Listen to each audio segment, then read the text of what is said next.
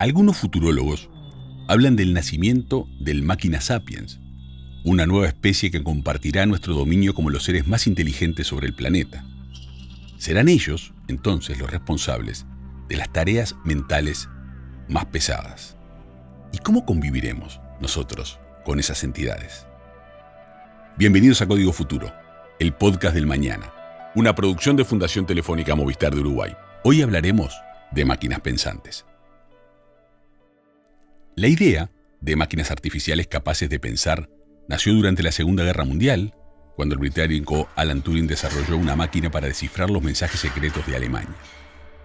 Este momento abrió las puertas al mundo de la inteligencia artificial, con la que hoy convivimos a través de, por ejemplo, los asistentes virtuales, Siri, Alexa, Cortana, el que ustedes quieran, capaces de comprender y responder a nuestra voz. Otras máquinas van más allá y nos hacen regresar a la pregunta: ¿pueden pensar las máquinas? Pero volvamos por un instante a 1950, cuando Turing introdujo el concepto en su ensayo Computing Machinery and Intelligence. Ese concepto era The Imitation Game, también conocido como el test de Turing. Así nos lo explica el ingeniero Sebastián García Parra, especialista en el tema. Bien, allá en el año 1950, el padre de la inteligencia artificial, Alan Turing, se hizo esta misma pregunta en un famosísimo artículo que él le llamó el juego de la imitación. Y la gran pregunta es si las máquinas piensan. El juego de la imitación es una técnica que él mismo desarrolló para lograr exponer las capacidades de las máquinas ante un ser humano. Y implica lo siguiente: que un ser humano se exponga ante una máquina. Supongamos que esa máquina puede desplegar un chat, ¿sí?, en el cual yo, como ser humano y como juez al mismo tiempo de este test, me puedo comunicar con ella. Y si esa máquina logra hacerme creer que es un ser humano, o sea, confundirme, y yo no darme cuenta que lo que hay atrás es otro ser humano que me está respondiendo a un algoritmo, si logra generarme esa situación, se dice que esa máquina superó ese juego de la imitación, o sea, logró imitar las capacidades cognitivas de un ser humano. 72 años después de escrito ese artículo, todavía ninguna máquina ha superado el juego de la imitación, o como hoy le llamamos el test de Turing.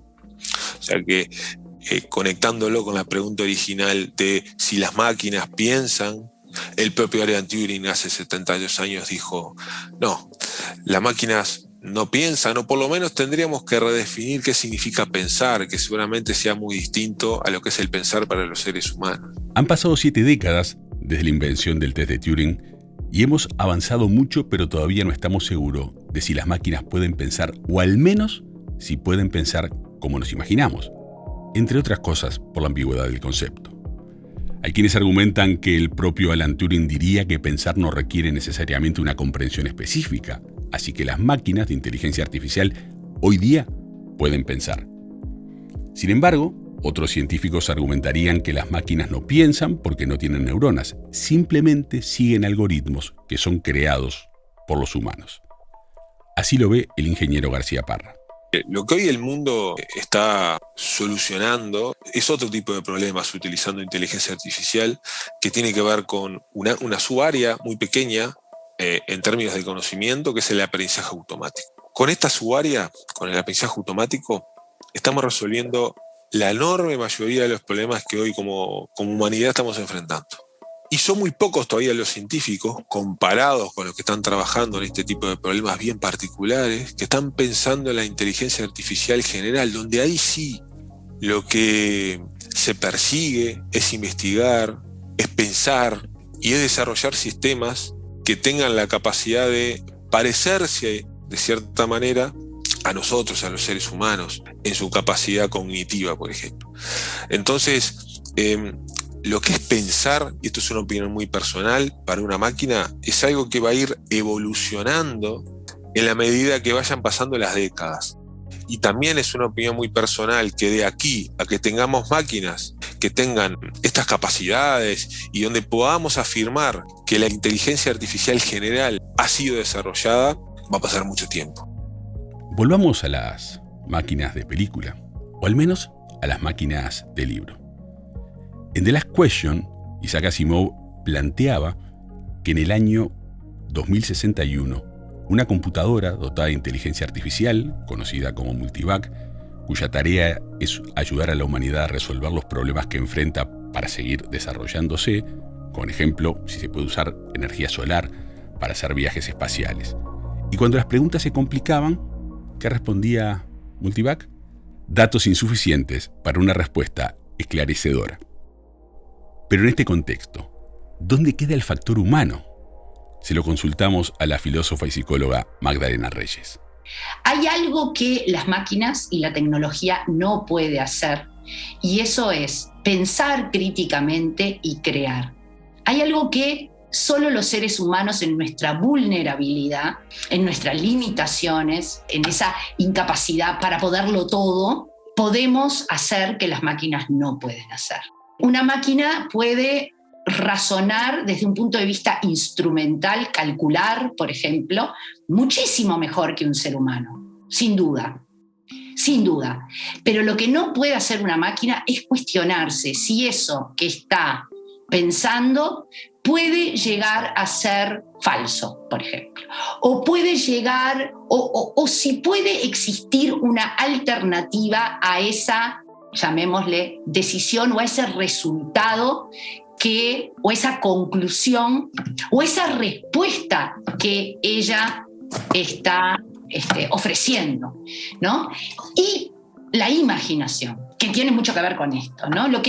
Es esto de la razón que tiene como dos cualidades o dos formas, ¿no? de ser practicada. Una es la razón instrumental, que es esta que sí, sin duda, las máquinas, los cyborgs, etcétera, las computadoras son mejores que nosotros en ese sentido, pero la razón crítica no.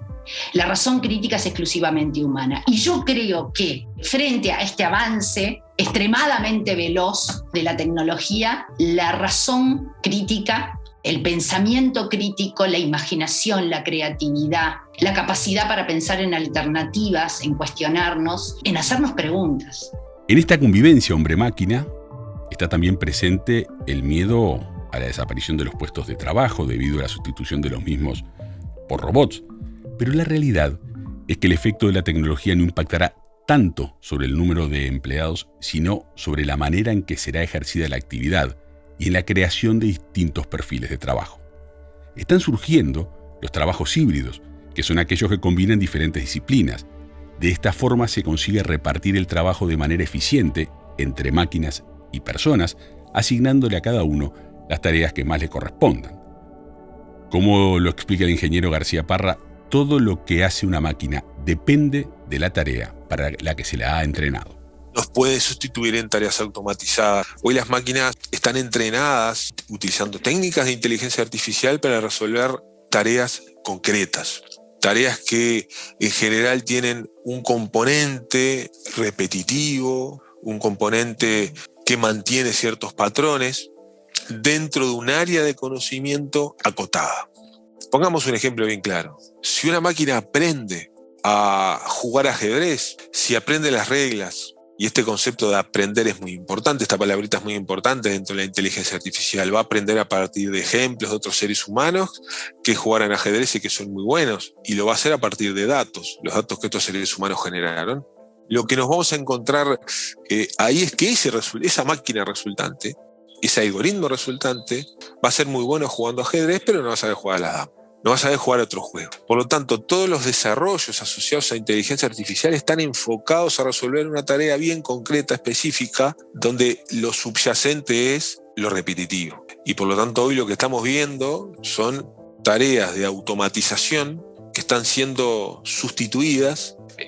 Sustituidas me refiero a la ejecución por parte de seres humanos por máquinas.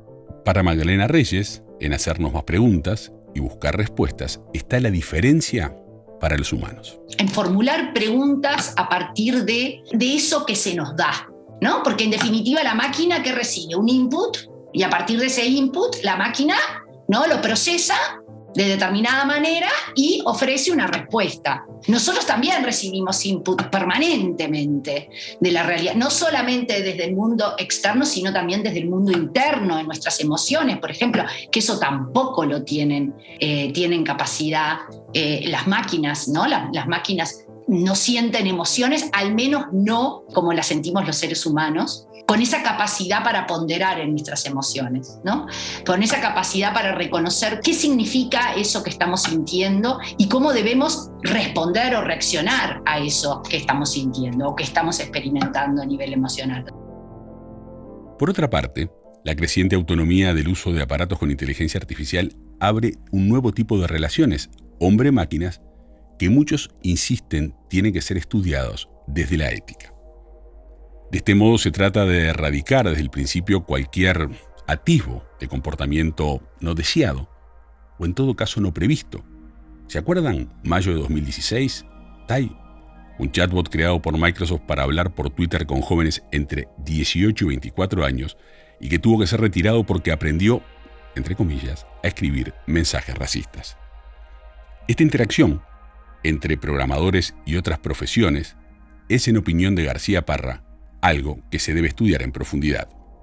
Ese es un eterno debate y seguramente sea uno de los aspectos más importantes a discutir de este siglo, o por lo pronto yo diría de la primera mitad de este siglo, que es cuáles son los límites, cuáles son las políticas, cuáles son las regulaciones asociadas a la práctica de la inteligencia artificial. En ese sentido, hoy lo que tenemos son algunos titulares asociados a algunas áreas, por ejemplo, lo que es medicina, donde además son áreas que ya venían trabajando con ética de hace muchos años y ahora están incorporando una nueva dimensión que es la inteligencia artificial. Sin embargo, en otras hay un campo muy fértil, y esto es una moneda con dos caras, para el desarrollo del concepto de ética y lograr regular, que no quiere decir encorsetar, sino tener reglas claras de cuáles son los límites de la inteligencia artificial, pero al mismo tiempo, y esta es la otra cara de esta moneda, lo que está sucediendo es que en esas áreas,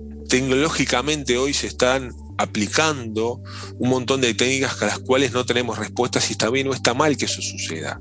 Un claro ejemplo de esto es la videovigilancia masiva con reconocimiento facial en grandes poblaciones. Hoy es algo que varios países lo están aplicando, algunos lo han prohibido.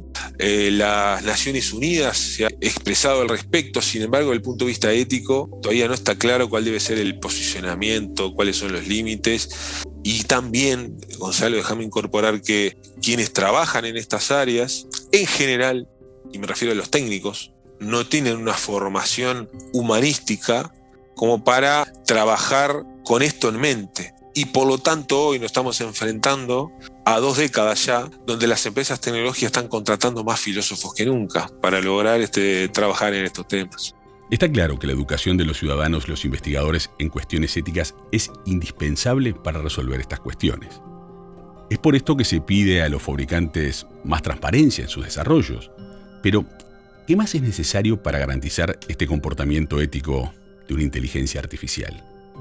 Y ahí podríamos disparar una larga serie de preguntas. ¿Qué reglas debemos seguir para diseñar la inteligencia de esos robots? ¿Qué principios éticos deberíamos enseñarles? ¿Cómo se evalúa que aplican lo aprendido en forma correcta? ¿Quién lo evalúa? Y podríamos seguir con las preguntas. Es tiempo de volver a los orígenes y que la tecnología cumpla su propósito: ayudar a los humanos.